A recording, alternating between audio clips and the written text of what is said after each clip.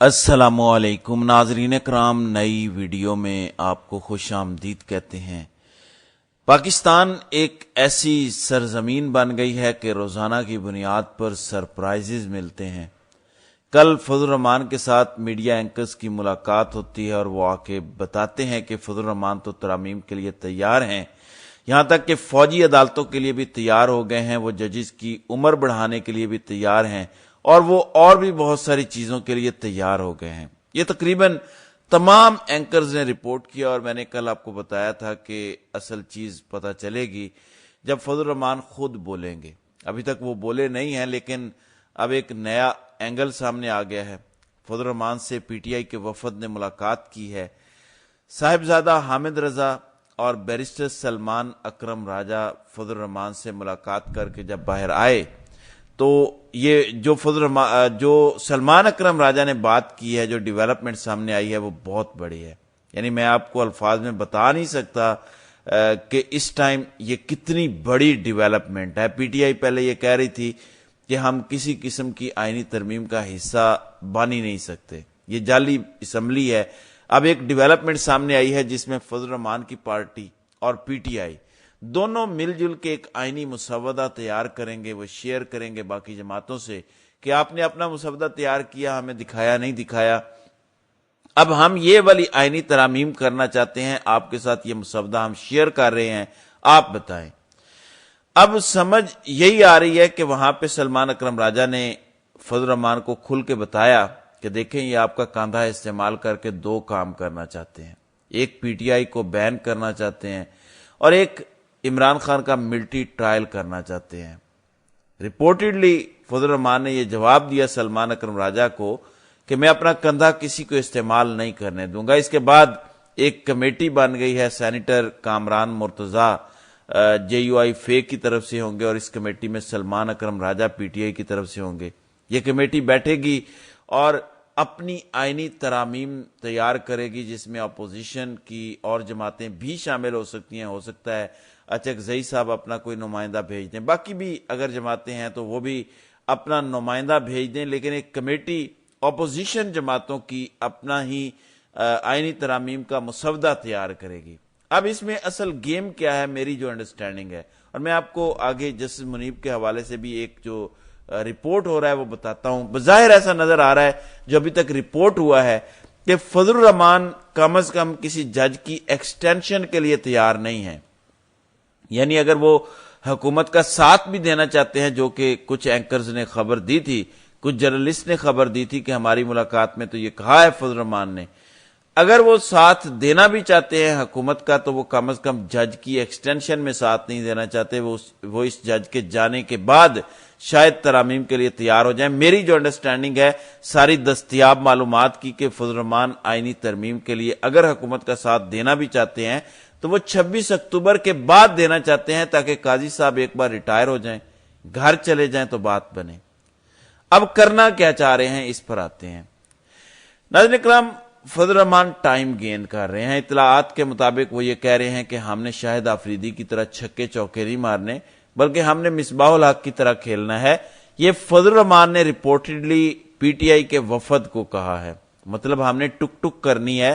جو ٹک ٹک کے بیانیے سے میں سمجھ پایا ہوں وہ یہ ہے کہ ہم نے سب سے بات کرنی ہے، سبھی کو انگیج کرنا ہے اور 25 اکتوبر تک ہم نے دن گزارنے ہیں۔ جب ایک بار قاضی ریٹائر ہو جائے گا تو پی ٹی آئی کے بھی بہت سارے اعتراضات دور ہو جائیں گے، اس کے بعد دیکھیں گے کہ آئینی ترامیم ہو سکتی ہیں یا نہیں۔ کم از کم قاضی چلا جائے گا، منصور علی شاہ چیف جسٹس بن جائیں گے، حالات بالکل بدل جائیں گے، صورتحال چینج ہو جائے گی، بینچ بنانے کا طریقہ کار بدل جائے گا، سپریم کورٹ کی طاقت کا توازن ڈیفرنٹ ہو جائے گا، تو اس کے بعد آئینی ترامیم کے حوالے سے دیکھیں گے۔ ہو سکتا ہے پی ٹی آئی بھی اس پہ تیار ہو جائے، لیکن کمیٹی بنانے کا اصل مقصد ٹائم گین کرنا۔ اب اگر ایک کمیٹی اب بنی ہے، پہلے اس کی ملاقاتیں ہوں گی، 4-5 دن ملاقاتیں رہیں گی، ڈسکشن ہوگی کہ کیا کرنا ہے، پھر ارک ریزی ہوگی، 10-15 دن مزید گزر جائیں گے، یہ اکتوبر کے 10-15 تاریخ تک لٹک جائے گا۔ پھر ظاہر ہے وہ کلا ہیں کامران مرتضیٰ اور سلمان اکرم راجہ بھی، وہ اگر اس طرح ترامیم لے آتے ہیں تو کہیں 15-20 اکتوبر تک وہ سامنے لائیں گے، مسودہ حکومت سے شیئر کیا جائے گا کرتے کرتے بات 25 اکتوبر تک پہنچ ہی جائے گی، جو ان کا مجھے پلان نظر آ رہا ہے پی ٹی آئی، اور اگر فضل الرحمان ان کے ساتھ آنےسٹ ہیں تو۔ لیکن ایک اور جو اطلاع آئی ہے ریپورٹڈلی وہ یہ ہے کہ جنگل کا بادشاہ یا اس لیول کا جو دوسرا ہے، اس کے براہ راست فضل الرحمان سے رابطے ہیں۔ پہلے انہیں دھمکیاں دی گئیں، تب تو وہ نہیں مانے، لیکن اب براہ راست رابطے کر کے منت سماجت کی جا رہی ہے کہ مان جائیں، آگے سے آپ جو کہیں گے ہم کرنے کو تیار ہیں۔ فضل الرحمان ان کے ساتھ بھی انگیج کر رہے ہیں، ان کو بھی انکار نہیں کیا۔ یہ بھی سن لیں کہ بڑے گھر سے بھی رابطے ہیں اور براہ راست بڑے صاحب سے بھی رابطے ہیں، لیکن فضل الرحمان ان کو انکار نہیں کر رہے۔ سو ہر طرف فضل الرحمان نے فی الحال ہاں کی ہوئی ہے، پی ٹی آئی کو بھی یہ یقین دلایا ہوا ہے کہ ہم اپوزیشن کے ساتھ چلیں گے، اپوزیشن کو تنہا نہیں چھوڑیں گے، ہم اپنی سولو فلائٹ نہیں لیں گے۔ یہ پی ٹی آئی بھی آج انہوں نے کہہ دیا ہے۔ تو یہ تو ایک پہلو ہے آئینی ترمیم کو روکنے کا کہ فضل الرحمان اگر اپوزیشن میں رہتے ہیں اور حکومت کو ووٹ نہیں ڈالتے تو آئینی ترمیم بھی اس طرح نہیں ہو سکتی۔ دوسری بڑی انٹرسٹنگ ڈیولپمنٹ ہے جس کا آج کچھ کورٹ رپورٹر نے ذکر کیا، جسٹس منیب اختر کے خلاف قاضی صاحب نے آج ایک بڑا ہی عجیب و غریب قسم کا خط لکھ ڈالا منصور علی شاہ کو، جس میں انہوں نے منصور علی شاہ پر الزام لگایا کہ آپ جسٹس منیب کو ہر طرح سے سپورٹ کرتے ہیں۔ منصور علی شاہ پہ یہ الزام ہے، اندر الفاظ استعمال کیے گئے ہیں ابسرڈ ایلیگیشنز، فالس نیریٹو وغیرہ وغیرہ، یعنی قاضی صاحب پھٹ پڑے ہیں۔ اب آپ سے میرا ایک سوال ہے، اور یہاں ہم ڈاٹ کنیکٹنگ کرتے ہیں۔ دیکھیں، ہمیں جو دستیاب معلومات ہوتی ہیں ہم تو اس پر ڈاٹ کنیکٹنگ کرتے ہیں۔ اگر قاضی صاحب کی ایکسٹینشن اتنی آسان ہے اور انہیں مل رہی ہے، میں بار بار یہ سوال کرتا ہوں کہ قاضی اتنا تپا ہوا کیوں ہے، آپے سے باہر کیوں ہوا ہے، کیوں ریلیکس نہیں رہ رہا کہ میری تو ایکسٹینشن ہو جانی ہے، میں ہاتھ پہ ہاتھ دھر کے آرام سے بیٹھ جاؤں۔ تو یہ لڑائی کیوں ہو رہی ہے سپریم کورٹ کے اندر؟ یہ تو نہیں ہونی چاہیے۔ قاضی کو کیا ضرورت ہے لڑائی کرنے کی؟ اسے پتا ہے کہ ساری طاقت مجھے ملنے جا رہی ہے، مگر یہ لڑائی بتاتی ہے کہ قاضی کو کہیں ڈاؤٹ ہے کہ کوئی گڑبڑ ہو سکتی ہے۔ وہ ڈاؤٹ کیا ہے، اس حوالے سے آج بات کی گئی ہے۔ وسیم ملک کورٹ رپورٹر ہیں، وہ کہتے ہیں کہ سپریم کورٹ رولز جو 1980 کے ہیں وہ کہتے ہیں کہ جب کسی بھی کیس کا ریویو لگا ہو تو جو اوریجنل بینچ ہوتا ہے جس نے فیصلہ دیا ہوتا ہے ریویو وہی سنے گا۔ اگر وہ لوگ اویلیبل نہیں ہیں تو کم از کم جس جج نے وہ ججمنٹ تحریر کی تھی، لکھی تھی، اس جج کا ہونا لازمی ہے تاکہ ریویو میں بیٹھے بینچ کو اور باقی سارے فریقین کو سمجھ آئے کہ وہ ججمنٹ لکھنے کے پیچھے لاجک کیا ہے۔ ظاہر ہے وہی جج ایکسپلین کر سکتا ہے نا جس نے وہ ججمنٹ لکھی ہے، ریویو میں وہ وہی بتائے گا کہ یہ اس لیے اس نے لکھی ہے۔ اب آپ کا ریویو آ رہا ہے تو وہ کس بنیاد پہ ہے؟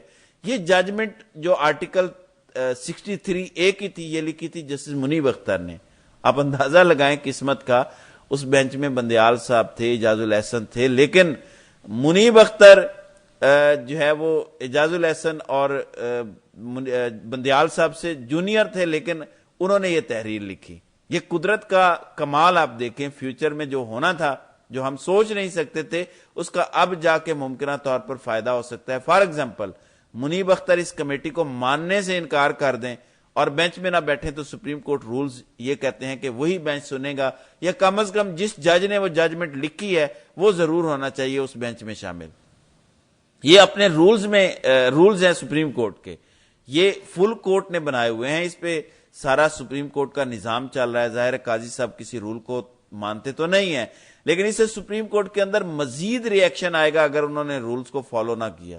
اب ایک اور کام بھی ہو سکتا ہے ٹیکنیکل طریقے سے کہ منیب اختر اس کیس میں بیٹھ جائیں پہلے دن، اس کے بعد پہلی ہیئرنگ میں تو نہیں، ایک دم اوور ٹرن ہو جائے گا، جب دوسری سماعت ہو تو اس کے بعد 25 تاریخ تک وہ غیر حاضر ہو جائے۔ کیا قاضی نے ایسا نہیں کیا تھا بندیال دور میں؟ 3-4 مہینے وہ صرف چیمبر ورک کرتے رہے۔ تو منیب اختر بھی چیمبر ورک پہ جا سکتے ہیں، بیمار ہو سکتے ہیں، اپنے علاج کے لیے بیرون ملک جا سکتے ہیں۔ اب اگر وہ بینچ میں ایک دفعہ بیٹھ جائیں اور حصہ بن جائیں، وہ اپنے آپ کو ریکیوز نہ کریں تو قاضی انہیں نکال نہیں سکتا۔ ونس بینچ بن جائے تو آپ نکال نہیں سکتے جج کو باہر، پھر کوئی نیا آرڈیننس لانا پڑے گا۔ تو یہ قاضی کو طاقت ملے گی ورنہ نہیں ملے گی، اور اس طرح اس کیس کو ڈیلے کیا جا سکتا ہے۔ میں آپ کو ٹیکنیکل چیزیں بتا رہا ہوں کہ منیب اختر کا کردار اس ٹائم بہت عام ہو گیا ہے، کیونکہ 63A کا فیصلہ تبدیل کر کے پی ٹی آئی کے لوگوں کو توڑ کے فضل الرحمان کے بغیر آئینی ترمیم کرنے کی کوشش کی جائے گی، اور کہا جا رہا ہے کہ ممکنہ طور پر یہ کوشش کی جا سکتی ہے، 63A کا فیصلہ تبدیل ہو سکتا ہے، قاضی صاحب لوٹ مار لوٹائزم کی منڈیاں لگانے کی اجازت دیں گے جیسے سندھ ہاؤس میں لگی تھی، پھر پی ٹی آئی کے ایم این ایز اور سینیٹرز توڑے جائیں گے اور ووٹ ڈلوایا جائے گا، تو یہ واحد طریقہ رہ گیا پھر ان کے پاس۔ تو منیب اختر بہت کچھ کر سکتے ہیں کیونکہ ان کو بینچ میں رکھنا ضروری ہے، اس لیے اب آپ کو سمجھ آئے گا کہ قاضی صاحب نے کیوں منیب اختر کی برائیاں شروع کی ہیں، اور اتنی زیادہ برائیاں کی ہیں کہ میں تو حیران ہوں کہ آپ اپنے ہی ایک جج کی اتنی برائیاں کیسے کر سکتے ہیں۔ تو یہ اس وقت صورتحال ہے، دیکھتے ہیں کہ اب آگے آگے ہوتا ہے کیا۔ تو ناظرین کرام، آپ کی اس ویڈیو کے حوالے سے کیا رائے ہے؟ آپ اپنی رائے کا اظہار کامنٹ سیکشن میں ضرور کیجئے گا۔